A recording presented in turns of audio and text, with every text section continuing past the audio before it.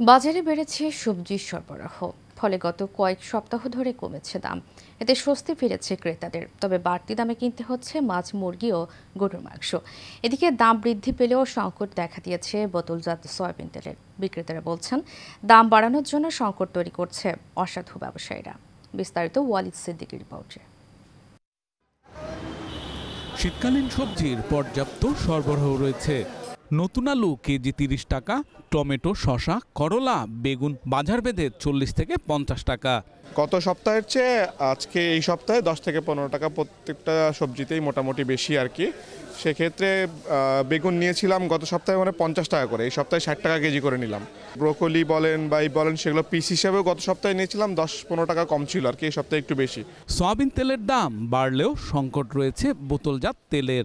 দাম আরও বাড়তে পারে, তাই এই সংকট তৈরি করা হচ্ছে বলে জানান বিক্রেতারা। তেল শুধু তীর কোম্পানি প্রত্যেক সপ্তাহে এসে কিছু তেল দেয়, অর্ডার দিলে দিয়ে যায়। যেমন রূপচাঁদা, পুষ্টি, ফ্রেশ, ওদেরকে আজকে প্রায় 2 মাস ধরে আমরা পাইতেছি না, অর্ডার কারণে তেলও দিচ্ছে না। অস্থিরতা রয়েছে চালের বাজারেও, তবে কিছুটা বেড়েছে মাছের দাম। বাজার দাম আগের চেয়ে অনেক বেশি, তবে যতটুকু গত মাসে বাড়ছে, এই বাড়তিতে এখনো কিন্তু আছে। কাতলা মাছ কিনলাম আর কি, 420 করে নিল আর কি।